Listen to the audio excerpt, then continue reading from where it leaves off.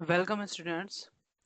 Biology इन Hindi channel में आपका अपना स्वागत है। सबसे पहले तो मैं आपसे रिक्वेस्ट करूंगा कि गुरु दक्षिणा के रूप में आप प्लीज इस चैनल को सब्सक्राइब करें और इस पर नीचे दिए बेल आइकॉन को प्रेस करें, जिससे नए वीडियोस के नोटिफिकेशन आपको प्राप्त हो सके। आज मैं आपको डीएनए के स्ट्रक्चर के बारे में बताने वाला हूँ।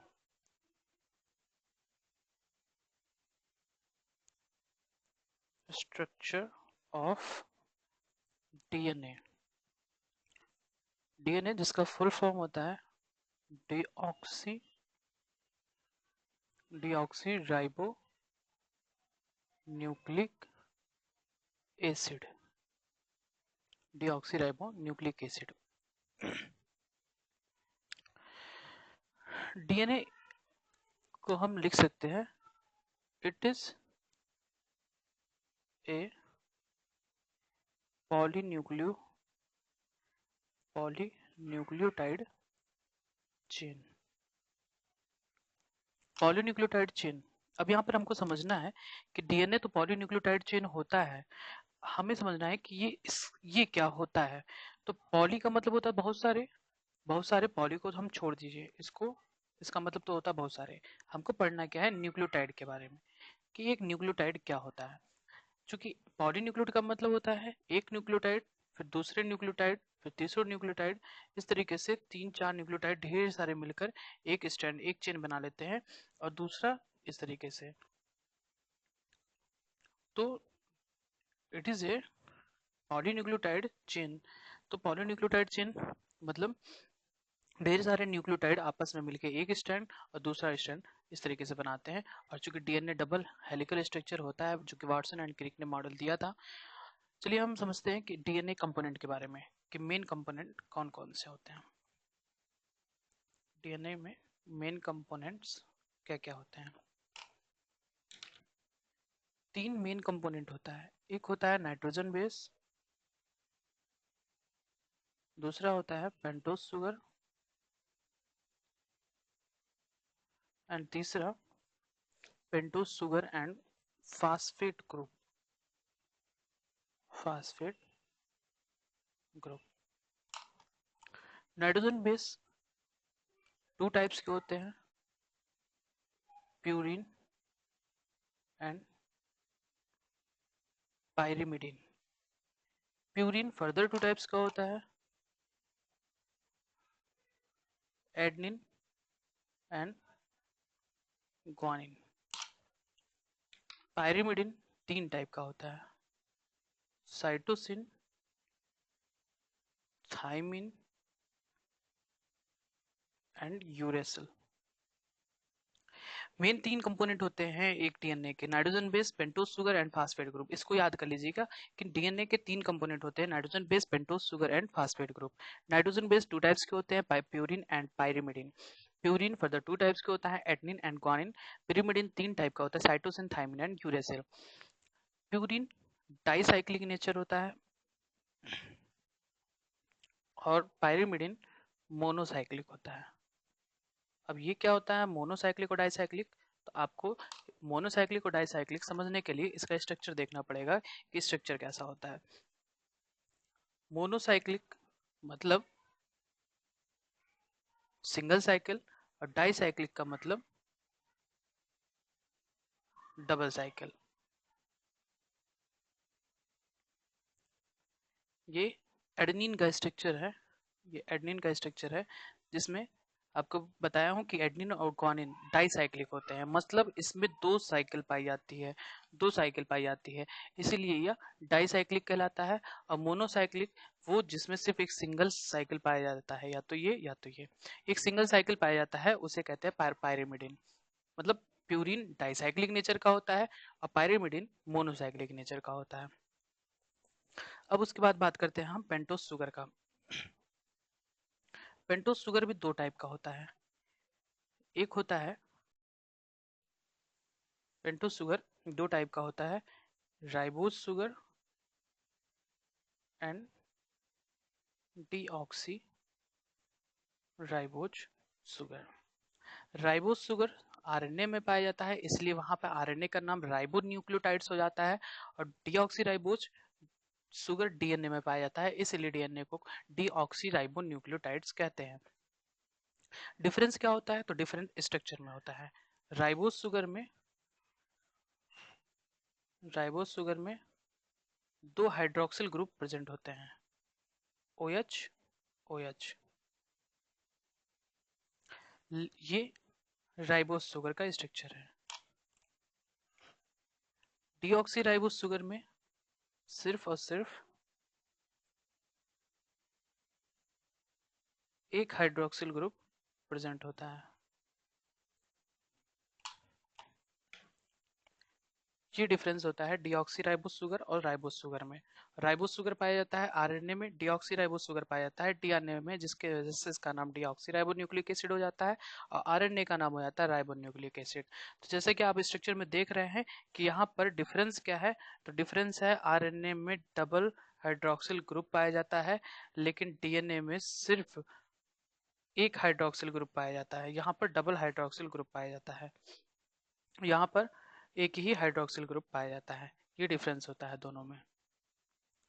उसके बाद फास्फेट ग्रुप अटैच होता है। अब दो चीजें आती हैं। पहला पॉइंट कि न्यूक्लियोसाइड क्या होता है।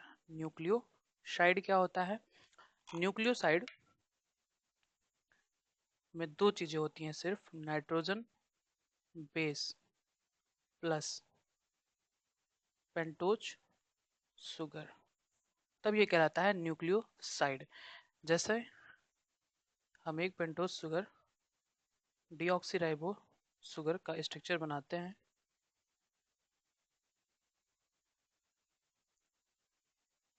ये एक शुगर है पेंटोज शुगर, और दूसरा इस पे नाइट्रोजन बेस कोई भी मान लिया एडेनिन ही जुड़ जाता है,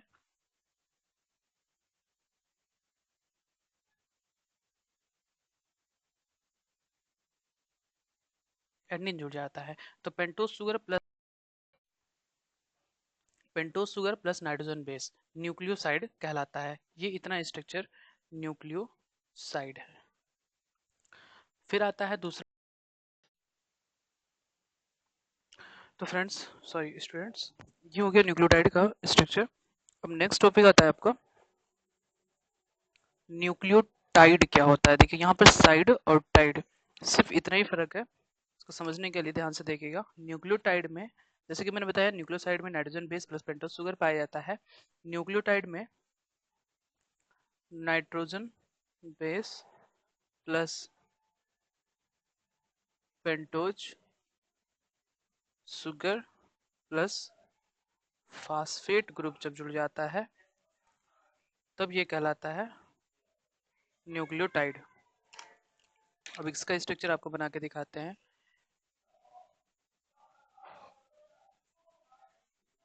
तो ये हो गया राइबो डीऑक्सीराइबो शर्करा, ये हो गया nitrogen base, nitrogen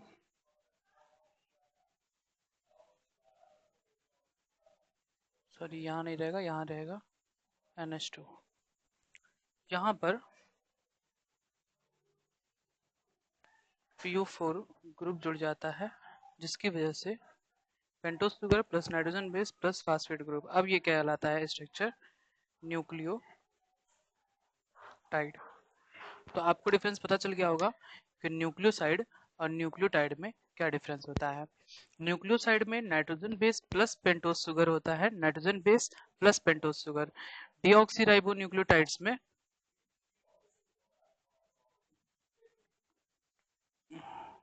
nitrogen base plus pentose sugar plus phosphate group होता है। देखिए nitrogen base, pentose sugar and phosphate group. अब ये कंप्लीट स्ट्रक्चर न्यूक्लियोटाइड का हो गया। यहाँ पर सबसे most and most important point है जो AIPMT नीट में भी पूछा जाता है कि पेंटोज शुगर के किस कार्बन से नाइट्रोजन बेस जुड़ा होता है। तो यहाँ पर देखिए काउंटिंग यहाँ से शुरू करते हैं। Primary carbon, secondary carbon, tertiary carbon, fourth carbon and fifth carbon. तो यहाँ पर नाइट्रोजन बेस पेंटोज शुगर के प्राइमरी कार्बन से जुड़ा होता है। और यहाँ से क्वेश्चन एक और उठता है कि पेंटोज शुगर के किस कार्बन से फास्फेट ग्रुप जुड़ा होता है। तो पेंटोज शुगर के फिफ्थ कार्बन से फास्फेट ग्रुप जुड़ा होता है। अब उसके बाद ये एक दूसरे से न्यूक्लियोटाइड आपस में जुड़े हुए होते हैं 3' कार्बन पर। अब आपको मैं यहाँ पर एक स्ट्रक्चर दिखा रहा हूँ, जिसमें देखिए यहाँ पर ये पेंटोस शुगर है, ये नाइट्रोजन बेस है, ये फास्फेट ग्रुप है।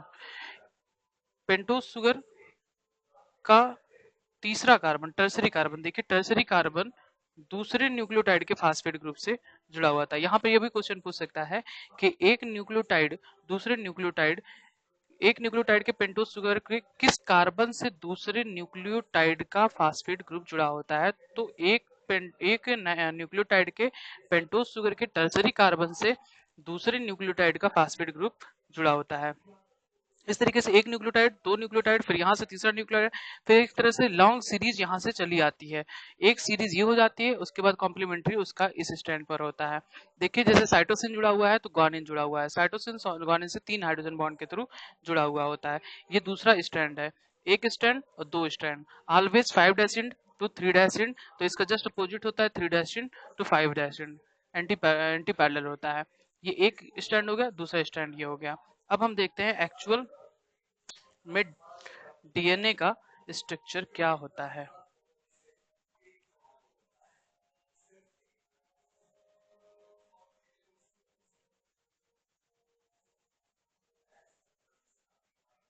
ये नाइट्रोजन बेसेस है।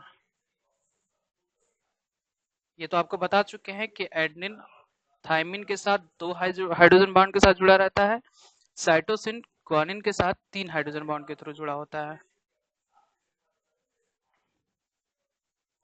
चलिए आपको यहाँ पे बता दूं, एडेनिन है डबल बॉन्ड थायमिन के साथ जुड़ा रहेगा, साइटोसिन ट्रिपल बॉन्ड ग्वानिन के साथ जुड़ा। इस तरीके से ये सारे एक दूसरे से जुड़े रहते हैं। यहाँ पर ये जो पार्ट होता है, ये जो पार्ट होता है ये पूरा एक स्टैंड कहलाता है, और दूसरा स्टैंड ये कहलाता है। ये बना होता है फास्फेट प्लस शुगर के। Phosphate plus sugar plus phosphate, इस तरीके से phosphate plus sugar plus phosphate, ये इस तरीके से बना होता है। जो कि आपको बताए थे स्ट्रक्चर, शुगर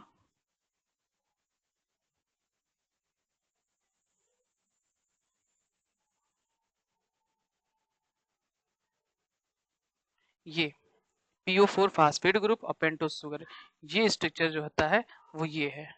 और अंदर की तरफ जो होता है, मतलब यहाँ पर इस साइड में नाइट्रोजन बेस, वो नाइट्रोजन बेस ये होता है इस साइड में, इसके अंदर की तरफ। ये कंप्लीट स्ट्रक्चर। अब हम डीएनए के स्ट्रक्चर के बारे में पढ़ते हैं। तो डीएनए का जो डायमीटर होता है वो होता है 20 एंगस्ट्रॉन। उसके बाद एक complete turn, one complete turn, one complete turn, जैसे आप रबड़ को लेकर रबड़ को एक तरीके से घुमाएंगे तो जो स्ट्रक्चर बनता है वही इसका डीएनए का स्ट्रक्चर होता है। जब हम रबड़ को छोड़ देते हैं तो वह पुनः स्ट्रेट हो जाता है। उसी तरीके से एक कंप्लीट टर्न में की टोटल लंबाई 34 एंगस्ट्रॉन होता है, 34 एंगस्ट्रॉन, जिसमें टोटल 10 बेस पेयर पाए जाते हैं। दो न्यूक्लियोटाइड के बीच की डिस्टेंस होती है 3.4 एंगस्ट्रॉन, 3.4 एंगस्ट्रॉन। हमेशा ये राइट हैंडेड फैशन में घुमा हुआ होता है, हमेशा ये राइट हैंडेड फैशन में घुमा होता है, मतलब क्लॉकवाइज डायरेक्शन में, क्लॉकवाइज डायरेक्शन में डीएनए घुमा होता है। ये कंप्लीट स्ट्रक्चर था एक डीएनए का। आपको समझ में आ गया कि एक न्यूक्लियोटाइड, अब यहाँ पे एक न्यूक्लियोटाइड क्या है, यहाँ से लेके यहाँ तक का आधा पार्ट, फास्फेट प्लस शुगर ये हो गया, और नाइट्रोजन बेस ये हो गया। ये एक न्यूक्लियोटाइड हो गया। दूसरा न्यूक्लियोटाइड ये फास्फेट प्लस शुगर और प्लस नाइट्रोजन बेस, फिर तीसरा न्यूक्लियोटाइड है। ये एक न्यूक्लियोटाइड एक स्टैंड बनाता है, मतलब ढेर सारे न्यूक्लियोटाइड मिलकर एक स्टैंड बनाते हैं। उसके अपोजिट में उसका कॉम्प्लीमेंट्री बेस होता है। जैसे एडेनिन है तो थायमिन डबल बॉन्ड के साथ, जो कि आपको बताएं, देखिए एडेनिन है तो थायमिन जुड़ा रहेगा। अब ये एक न्यूक्लियोटाइड है, फास्फेट प्लस शुगर ये हो गया, और नाइट्रोजन बेस ये हो गया। इस तरीके से ढेर सारे न्यूक्लियोटाइड मिलकर एक दूसरा स्टैंड बनाते हैं। ये आपका कंप्लीट स्ट्रक्चर है डीएनए का। आई होप स्टूडेंट कि आपको मेरे द्वारा यह बनाया गया वीडियो आपको समझ में आया होगा। यदि समझ में आया है तो प्लीज़ मैं फिर से कहूँगा, प्लीज़ एंड प्लीज़ मेरा चैनल को सब्सक्राइब करिए, शेयर करिए, मेरे इस वीडियो को लाइक करिए, अपने फ्रेंड्स को पहुँचाइए जिनको जो इच्छुक है इन सारी चीज़ों को समझने के लिए, उन तक पहुँचाइए। And thank you so much.